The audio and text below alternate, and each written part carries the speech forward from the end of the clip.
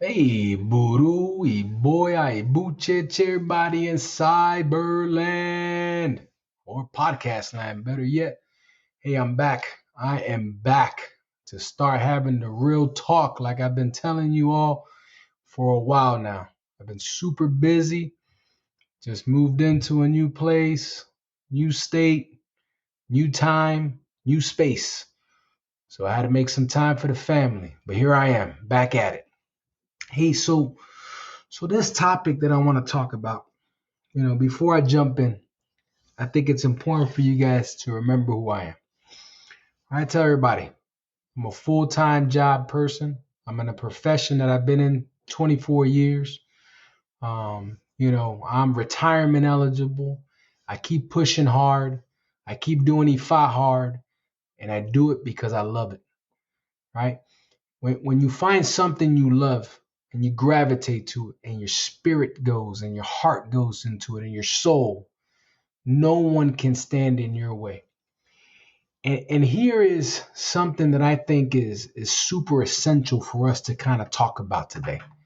I think it's I think there's no kidding, four true dynamics that are threatening this faith. The Ifa and the Orisha culture is one that was brought to us, from Nigeria during the slave trades. We're talking about something established 1500 BCE in West Africa and made its way west. Okay, we understand that religion and spirituality wasn't really introduced until about 3000 BCE. But even when you look at Egyptian texts, or if you look at the tombs of the very pharaohs, you begin to see the binary code that is Ifa. And it's very intriguing. Why do I tell you this? Because I think there's barriers in society. I think there's a problem with authenticity and integrity. I think there's a problem with respect and cultural appropriation. I think there's a problem with people looking at economic opportunities versus exploitation. I think that accessibility and exclusivity is also a problem. And I want to touch on these four topics. And I'm going to go step by step. I want to go real close with you guys. Obviously, the traditional practitioner's perspective, right? I am Lokumi. No one can call me diaspora. No one can say that, what I'm doing is not original, it's not Nigerian. I don't want to hear that nonsense. Here's why. Because I just told you 1500 BCE, 3000 BCE, we started to see texts of Ifa. But in Nigeria, they claim, hey, motherland, this is the source, this is that. No, and I'll give them credit. Why? Because they were able to centralize it. They were able to share it with the people. They were able to kind of morph it from what the Egyptian pharaohs held with their inner circles and not necessarily give to the people, to now Nigeria gives to the people and kind of centralizes the faith. And then now you find it today and it's all over the place. And the information age, God bless it, is spreading the good word, but is also spreading the bad word. An old mentor of mine used to tell me, hey, garbage in, garbage out.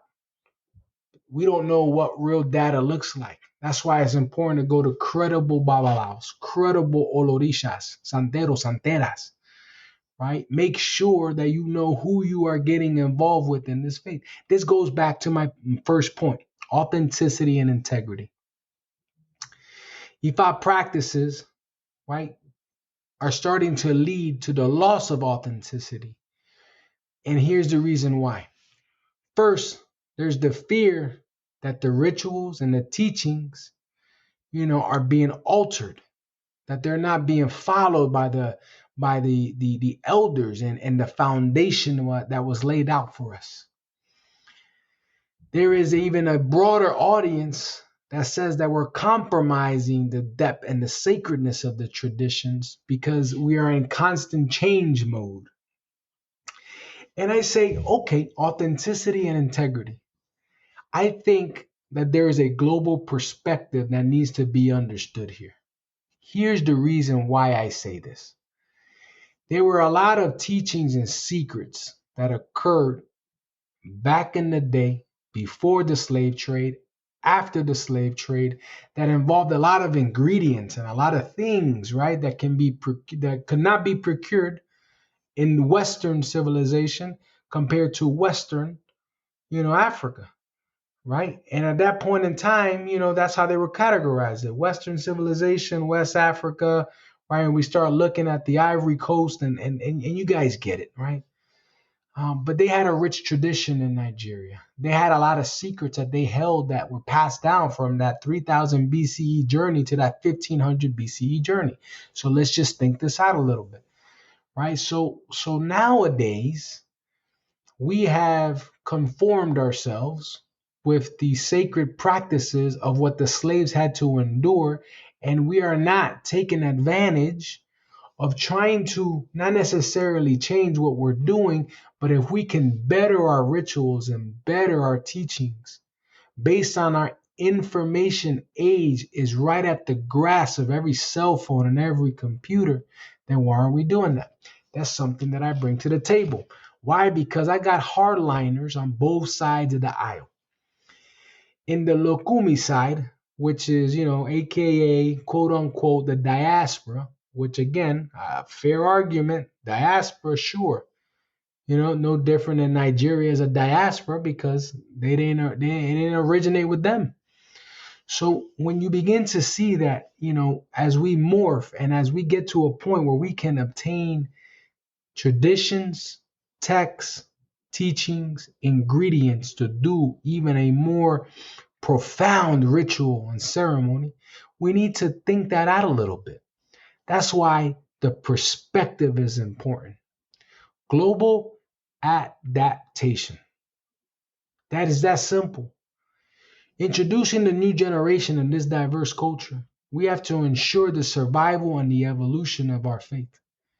We don't necessarily need to sacrifice the foundation of our forefathers, but we need to understand that maybe we need to open up the aperture.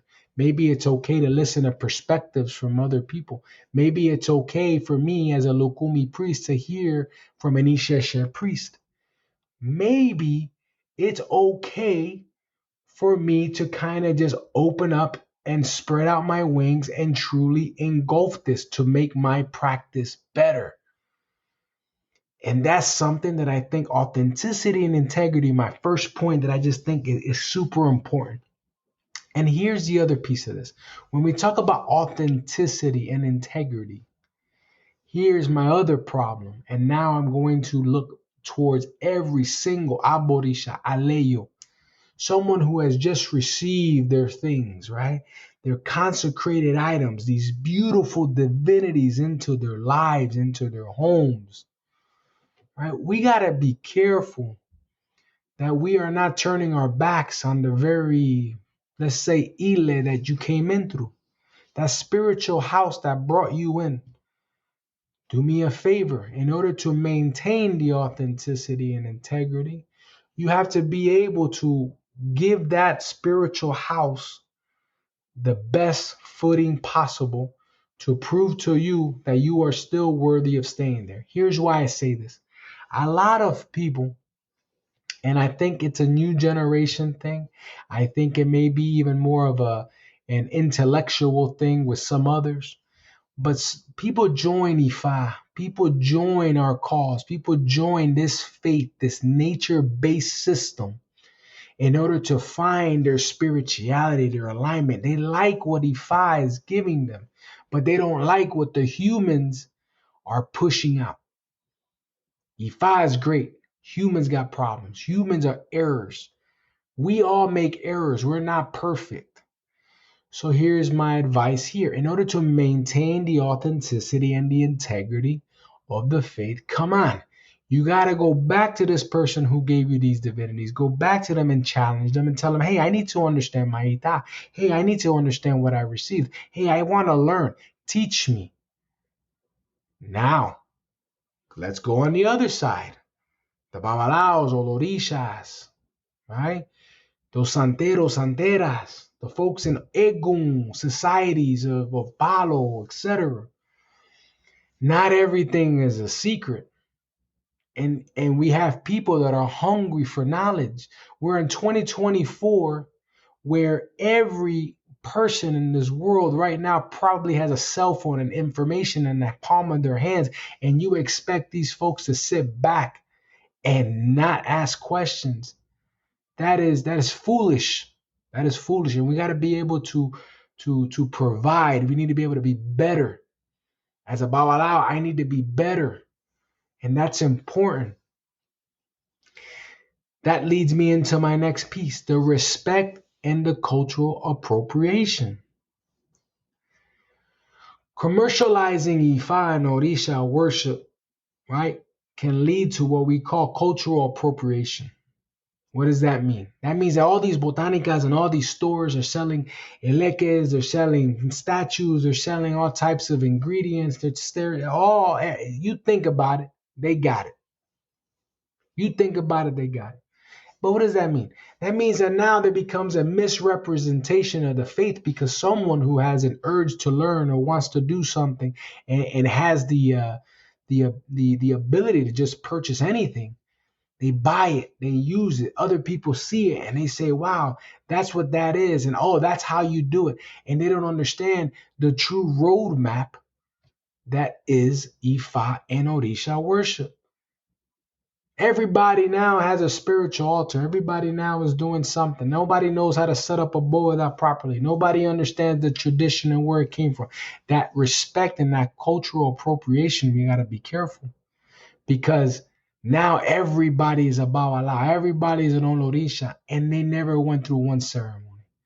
Everybody thinks they know more than the other person, and no one is truly leading the cause. That is disturbing. Think about it.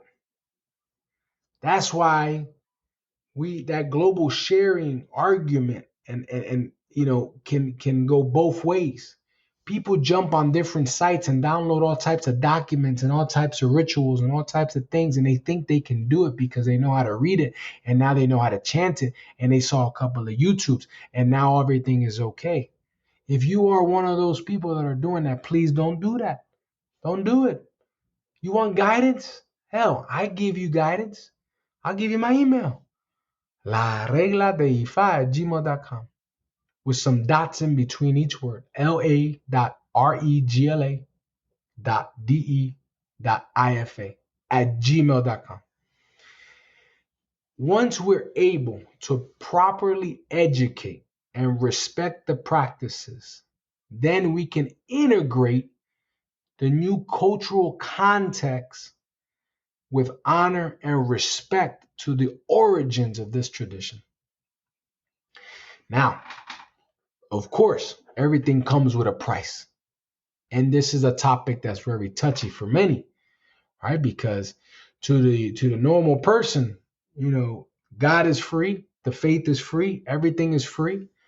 And there's arguments on both sides of the aisles. I believe that everybody should get their warriors, everybody should have their hand of Orumila, everybody should follow their destined path based on their ita, and everybody should be receiving spiritual misas, and everybody should be hearing what the Egun's got to say, and everybody needs to be producing. But here's the facts. Here's the facts for you, for the hardliners that think everything needs to be free. That spiritualist that's sitting there has a full-time job. And when they're not doing that full-time job, they have to do the spiritual masses in order to help humanity. I hate to say it, but I don't know about you, but inflation is real and gas prices are high and people got to pay rent, car, transportation, the cell phone bill, whatever you call it, child support. Everybody's dealing with something. So to say that there's not an economic aspect to this would be foolish. Even back in the day, 1500 BCE, the Bawala, the spiritual leader of that community or that tribe, was next to the king. And the king provided that person with an estate, with the wives, with the food, and people came and they gave offerings. And that's how things just happen to exchange. It's always been like that. It's just that in 2024, it's all about the money now because money talks. It is what it is. We can't get hung up on that. And here's the big thing here. Commercializing for primary benefits outside of the traditional communities for the act of money can be criminal. I can see that. I heard recently that hell, I'm not going to say the state. I'm not trying to offend nobody, but I'm going to say the East Coast. Hand of Ifa being charged close to $4,000. That's hand of Orumila. And my jaw dropped. My jaw dropped. Because I would tell you that is an extreme amount of money for the process that it takes. Now, listen here. You're going to spend money, right? Because a ceremony like my hand of Orumila consists of apitibis working the kitchen, getting things squared away for the eguns, making sure that certain ritual rites are being performed. They are attending the house. Then you have babalaos in the back that have to work and sweat, and you're talking hours and hours of work. And we talked about they got to miss work. Now they got to come to work. It's all this craziness. And depending on where you live, you got to fly people in to do whatever. You got to buy all these animals. You got to mount all these issues and all these osums. And you got to put your blood, your sweat, and your tears of spirituality into these items in order to ensure that they're walking with these people that are receiving them so that they can find that enlightenment that they were looking for. And it doesn't end there.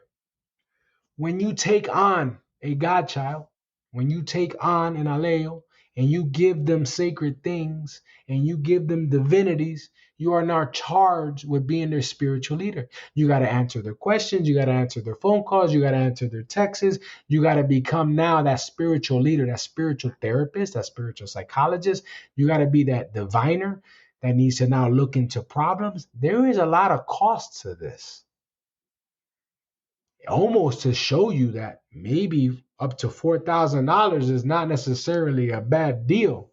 I still think it's a little pricey, but I want to put things into perspective.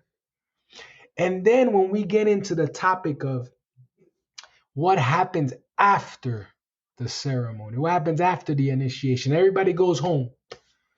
I want to give you the analogy of the clean table. You got a nice clean table, everything's organized, everything's neat, polished, everything's great. And then when people come into your home to do things, you are cleaning them. They are going through a massive cleansing, right? And that table that you once had that was so spotless is now dirty because everything is now caught up in the house. Everything is now caught up in the yard. Everything is caught up. Now, the spiritual leaders, now that everyone's departed, now has to clean the house. They got to clean the people. They got to get everything organized. They got to get themselves set up. Not to mention, they have their own spiritual journey that they still got to continue on. Specifically, Babalaos. I'm going to speak on the topic of Babalao because I'm a Babalao and I don't want to speak about no other priests and priestesses. But the Babalao has to continue to study. The Babalao has to be prepared to answer those questions to their aleyos or their godchildren in a sense. That right there is something we got to think about. So we got to be careful about this commercializing aspect versus what is the true effort of the, in the weight of gold, in the weight of money towards going towards economic benefits, right? And that right there is very important. But it's a spiritual investment nonetheless. But like I told you guys before, pick the right people. If you're an English speaker going to a Spanish person, I don't understand what you're doing. If you are flying from the US to Cuba, the US to Nigeria, I still don't know what you're doing. Because one, you're not from that land. Two, your eguns and your spirits are not in that land. You're gonna basically go attend the land, attend the ground, attend the eguns, and do all these great things in other lands, and then to come back to this land and your eguns are like, "Hey, I'm hungry. Where's my meal?" And those are those type of things that are very logical, but people just don't piece it together. And it's because of the lack of understanding, the lack of teachings that we just don't do. And then this brings me to my next point. The accessibility, which then takes me to this is the reason why we're in the mess that we're in. The accessibility and the exclusivity, right, is important. Accessibility means that you can come to me and I can offer you a service, but that service is exclusive. 100% facts. 100% facts. But because it remains exclusive, and because we're so concerned that everything is a secret, and because we're not willing to teach and we're just willing to perform ceremonies, and at that moment we're done teaching, we get into this I guess cycle of misinformation, miscommunication, right? And there's a massive argument that there has to be greater understanding, greater tolerance for spiritual growth across the different cultures, across the different understandings, because it's going to be important that the aleos, the godchildren, have access. The godchildren should never go without being hungry for knowledge. They should be constantly have something in their hands to study and to learn and move forward. All right, you learned that here. Now learn this and learn that. Now there will be a moment where that line is drawn and it's going to say, listen, you have met the end of your road because you are now officially graduated the Aleo University, the Aborisha University. Congratulations, here's your diploma. If you want to continue to your master's degree or your doctorate, right? Then now you got to do some more work. No different than when you paid the college the 30, 60, $100,000. You got to pay now for a massive ceremony to become a priest and priestess. That takes many priests and priestesses and is 2-3 times the work of a hand of Orumila, just to put it into perspective. Which means now you're talking in ranges of high dollar money. And these high amounts of money, I don't want it to get lost in the sauce. The accessibility is there. The exclusivity is there. But it's there with right cause. Because we go back to the respect and the cultural appropriation, right? And the exploitation of this faith, because everything is so free access that now everybody thinks that they can do whatever these books that they're reading can do. What they think they saw on a YouTube video, they can do. And that is where we start to get lost. And that's why it's important to teach. That's why it's important to teach. So I'll tell you, there's a lot of controversy. That invokes strong opinions and discussions, right, within global Ifa and Orisha communities alike, to spectators as well. We're highlighting a delicate balance, okay, between preserving the traditional practices and embracing global evolution. 2024, I just told you, information is in the palm of everybody's hands.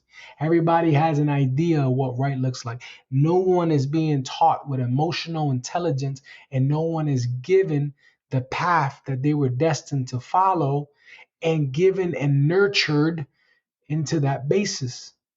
We talk about nurture versus nature, right? Naturally, you are attracted to Ifa and Orisha and Egun worship. Naturally. Why? Because you have an Ori, a subconscious mind that just gravitates to it.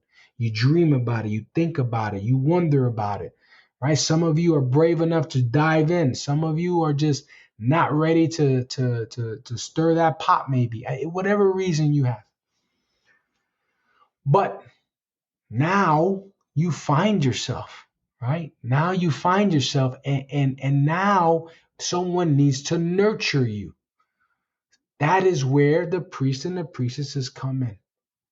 That's why I'm making this podcast. This is the reason why because I think this is an important topic, right? And it leads me back to something you guys heard me say for years, whether you see my YouTube, whether you're listening to the podcast.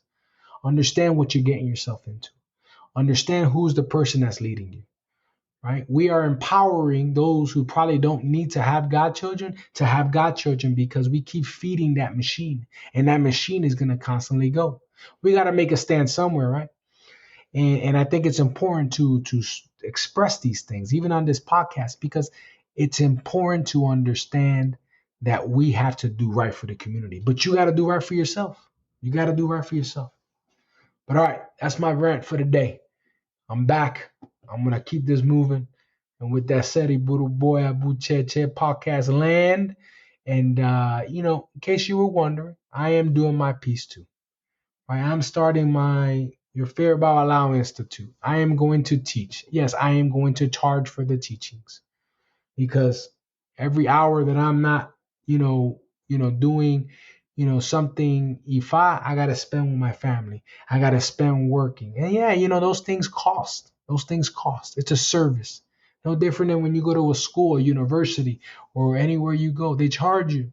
And heck, they charge you $250 a minimum credit hour. So you're paying $750 for one course. I'm just throwing that out there for you guys. That's something that's very important. Again, email me if you guys are interested in hearing more. Let me know if you got any topics you want me to touch on. I went ahead and turned on this Buzzsprout fan mail. Hit me up with whatever you got. I would love to talk. I would love to give you my perspective. I would love to just kind of talk it up. Real talk. If anything, email me, la.regla.de.ifa@gmail.com. All right. Iburu Boya, Bucheche.